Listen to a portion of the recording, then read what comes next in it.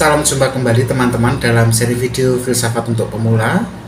Kali ini kita masih akan berkutat di bidang seni dan sastra, di mana kita akan membahas lanjutan dari video sebelumnya, di mana kita kemarin membahas surrealisme.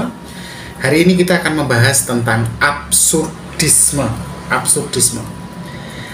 Absurdisme ini sebenarnya sebuah pandangan seni dan sastra, tapi lebih dominan sebagai pandangan filsafat yang barangkali agak terasa berat ya, tetapi cukup menarik kalau kita mau sedikit banyak mempelajarinya. Teman-teman, absurdisme menekankan pada hidup manusia yang tidak memiliki makna dan tujuan yang jelas gitu, atau tidak ada makna yang pasti gitu ya. Nah, kalau kita refleksikan sehari-hari kan kita selalu ya mencari makna atas dunia atau segala hal yang terjadi dalam hidup kita, dan makna itu kemudian biasanya kita lekati dengan segala hal yang sifatnya logis ya. Nah, tetapi dalam absurdisme ini kemudian akan ditunjukkan bahwa realitas itu tidak logis gitu. Dunia ini berjalan dengan tidak masuk akal. Nah, mari teman-teman kita telah lebih dalam apa itu absurdisme. Jadi absurdisme merupakan pandangan filsafat ya yang pertama kali digagas oleh seorang penulis peraih Nobel sastra dan seorang pemikir filsafat, teman dari Jean-Paul Sartre sekaligus musuh intelektualnya. Dia adalah Albert Camus. Albert Camus, teman-teman bisa cek di video beberapa bulan yang lalu, saya bikin video khusus tentang Albert Camus tulisannya, tapi kita sebutnya Albert Camus. Jadi dalam pemahaman absurdisme, dalam pikiran Albert Camus, kehidupan manusia itu tanpa makna yang jelas, tidak ada makna yang jelas di dalamnya, tidak ada juga tujuan yang pasti, dan kita seringkali harus berjuang tuh untuk menemukan makna atau alasan di balik segala hal yang terjadi.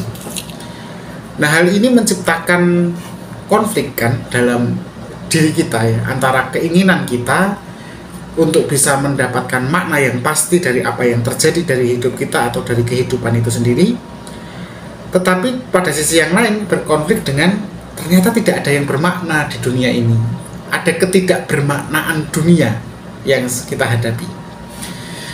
Nah, konflik ini yang kemudian sering disebut sebagai konflik eksistensial gitu ya, konflik eksistensial.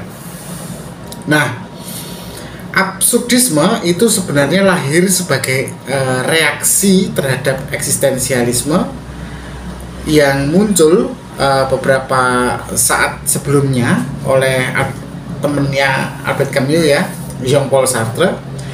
Meskipun sebenarnya teman-teman keduanya, baik eksistensialisme dan absurdisme ini punya beberapa kesamaan ya. Kalau eksistensialisme kan menekankan pentingnya kebebasan ya, dan pencarian makna oleh individu. Ketika memang dunia ini tidak bermakna, maka ya individu dengan bebas harus menciptakan makna gitu, mencari makna. Sementara absurdisme lebih menekankan pada bahwa gak usah cari makna, karena pencarian makna itu sia-sia, karena dunia itu sendiri memang tidak ada makna yang objektif di dalamnya, maka tak perlu mencari makna itu. Nah, kalau mau saya sarikan, ada beberapa prinsip-prinsip utama dalam absurdisme. Absurdisme itu paling nggak saya menemukan tiga konsep utama dalam absurdisme. Yang pertama, dalam absurdisme itu ada konflik antara keinginan untuk meraih makna, konflik antara itu dan kenyataan bahwa kehidupan itu ternyata absurd, tidak bermakna, tidak logis gitu. Kemudian prinsip yang kedua adalah absurditas itu merupakan konsekuensi dari ya kesadaran manusia. Kemudian prinsip yang ketiga adalah penolakan terhadap semacam hope ya, atau harapan. Nah, mari kita bahas satu-satu ya. Konflik antara keinginan tentang untuk meraih makna yang pasti dan kehidupan yang ternyata absurd ya. Kami mengemukakan bahwa kehidupan manusia itu memang berisi pencarian tiada akhir ya untuk meraih makna. Namun pada akhirnya kita manusia itu menyadari bahwa dunia ini memang tidak memberikan jawaban yang memadai, tidak ada jawaban atau makna yang memuaskan diri kita ya. Nah, keinginan kita untuk menemukan makna itulah yang kemudian seringkali merasa gagal, kemudian mengalami, ketika gagal kita menemukan makna, kita mengalami sebuah kekosongan atau semacam kebingungan atas dunia gitu. Itu yang prinsip pertama. Prinsip yang kedua adalah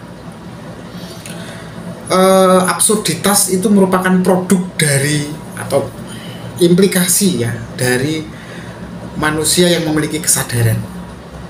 Ya, dengan kata lain, kalau manusia nggak punya kesadaran atau logika gitulah katakanlah, sebenarnya absurditas itu tidak terjadi. Jadi gini maksudnya, menurut Camus, kita sebagai manusia itu kan punya kesadaran diri ya, yang memungkinkan kita kemudian untuk mencari makna dalam kehidupan. Namun, dunia di luar kita itu tidak menyediakan makna yang sesuai dengan harapan kita. Akibatnya muncullah absurditas. Absurditas itu muncul karena kita ingin menemukan kebahagiaan sebenarnya, menemukan tujuan dan pencerahan. Sementara kenyataannya, dunia itu tetap saja acuh tak acuh dengan upaya kita untuk mencari makna itu tadi, mencari kebahagiaan, tujuan, dan pencerahan. Jadi kesadaran menuntut kita untuk mencari makna, sedangkan realitas sepertinya nggak peduli, nggak ada makna di situ. Kemudian yang ketiga, prinsip yang ketiga adalah tentang penolakan tentang hope ya, atau harapan. Jadi begini, bukan artinya kemudian tidak ada harapan hidup ini, tidak, bukan begitu. Jadi begini, jadi daripada, ini menurut Camus ya, daripada kita menyerah pada ketidakjelasan dunia ini atau kehidupan kita, absurditas hidup kita, atau malah kita mencari pelarian dalam agama misalnya, atau filsafat ya, atau seni ya, daripada kita mencari pelarian ke sana, atau sains ya, yang seolah-olah kesemuanya itu tadi kan menjanjikan makna ya untuk pegangan kita. Daripada lari ke sana, menurut Camus kita harus menerima absurditas itu apa adanya. Kita harus menerima kenyataan bahwa hidup ini memang nggak ada maknanya. Nggak usah berusaha mencari makna.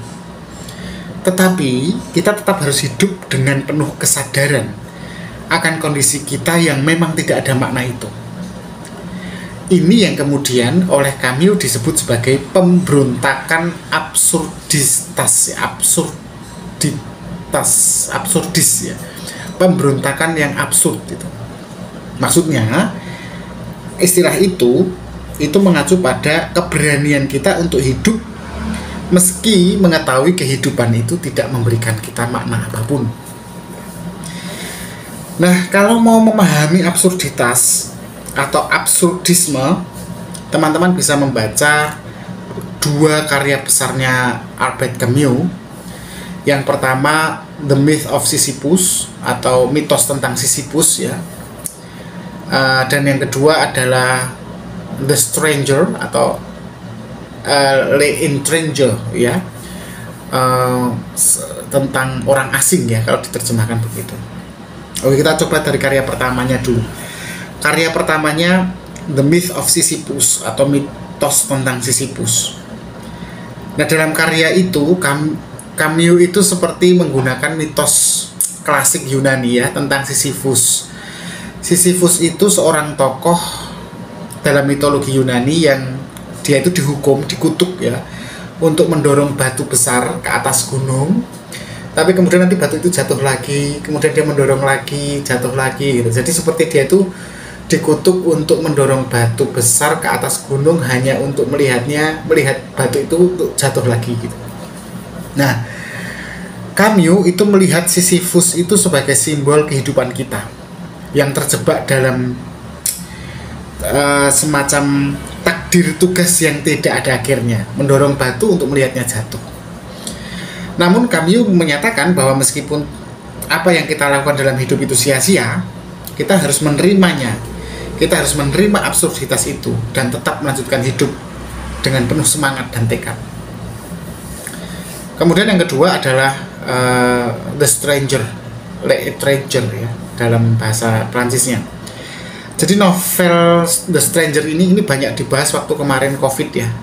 The Stranger ini sebenarnya menceritakan seorang pria bernama Meursault ya, yang tidak terpengaruh oleh semacam kesepakatan sosial, dan dia juga kemudian tidak merasa perlu harus mencari makna dalam kehidupan. Nah, si Meursault ini menghadapi sebuah dunia yang isinya itu ketidakpedulian, dan akhirnya dia nanti pada ceritanya itu dia akan dihukum mati karena dia tidak menunjukkan semacam kesedihan atas kematian ibunya. Dalam novel The Stranger itu, Camus menggambarkan semacam ketidakpedulian dunia pada norma sosial, karena memang tidak ada makna dalam dunia ini. Dan kami menggambarkan tentang manusia yang tidak peduli dengan pencarian makna dalam dunia, karena dia tahu pasti bahwa si tokoh ini tadi, si Meursault ini tahu bahwa dunia itu tidak menyediakan jawaban yang pasti. Nah, teman-teman, salah satu poin penting dari absurdisme adalah bahwa meskipun dunia tidak memberikan makna intrinsik ya, makna yang ada dari dalam dirinya sendiri, kita sebagai individu masih bisa membuat pilihan dalam hidup kita. Kami berpendapat begini, meskipun hidup itu absurd dan penuh ketidakpastian, kita harus hidup sepenuhnya, tetap hidup sepenuhnya dengan menerima kenyataan bahwa memang tidak ada makna universal yang harus kita temukan. Tidak ada tuntutan untuk menemukan makna. Nah, poin yang penting adalah tentang pemberontakan absurditas ya, pemberontakan absurdis ya, kalau dalam istilah saya mungkin salah, tetapi istilah itu dipakai Albert Camus untuk menunjukkan sikap hidup yang menerima absurditas dunia, tetapi pada titik yang sama berani melanjutkan hidup dengan kesadaran penuh bahwa dunia ini tanpa makna. Jadi alih-alih menyerah ya pada keputusasaan, aduh hidup ini nggak ada maknanya, saya nggak bisa menemukan kebahagiaan, atau daripada kita hanya lari ke pegangan-pegangan lain, misalnya filsafat, misalnya oh hidup ini artinya begini-begini, kamu harus begini, atau agama. Nah, daripada ke sana yang kemudian mereka juga sebenarnya tidak bisa memberikan kepastian atas makna hidup ya, janji akan makna hidup, makanya kadang-kadang kita benci kok Tuhan memberikan ini pada hidup saya gitu misalnya, atau kok nggak seperti yang pernah dikatakan para filsuf ini gitu.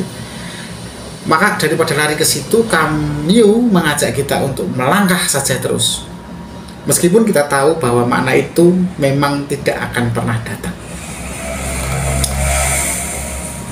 Ya, semacam pesimisme, tapi pesimisme yang aktif ya.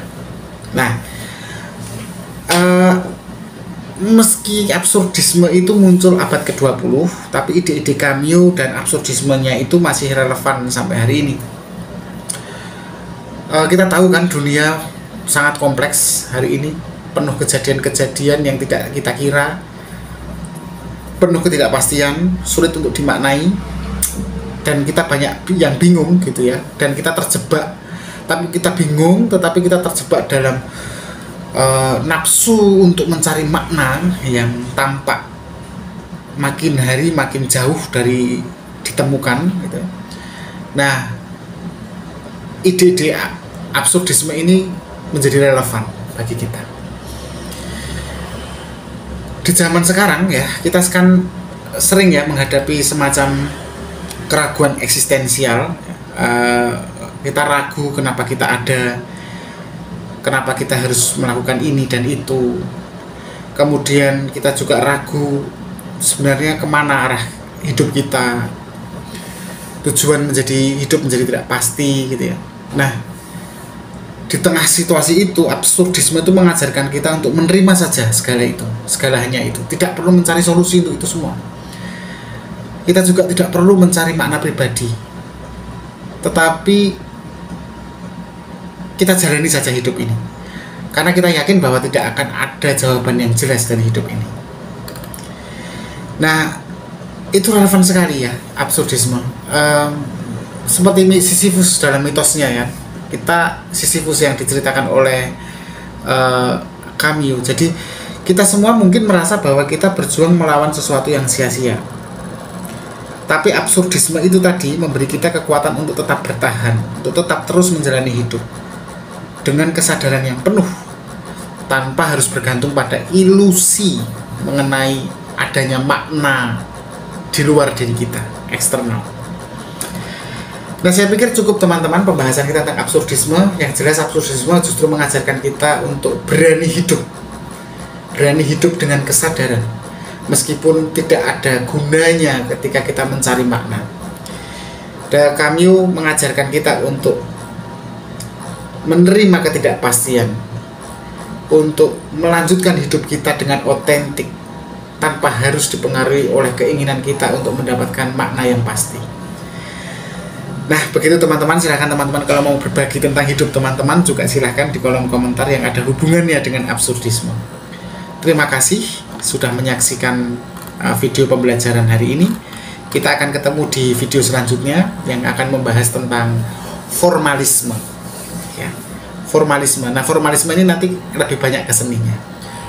Terima kasih, tetap berpikir kritis.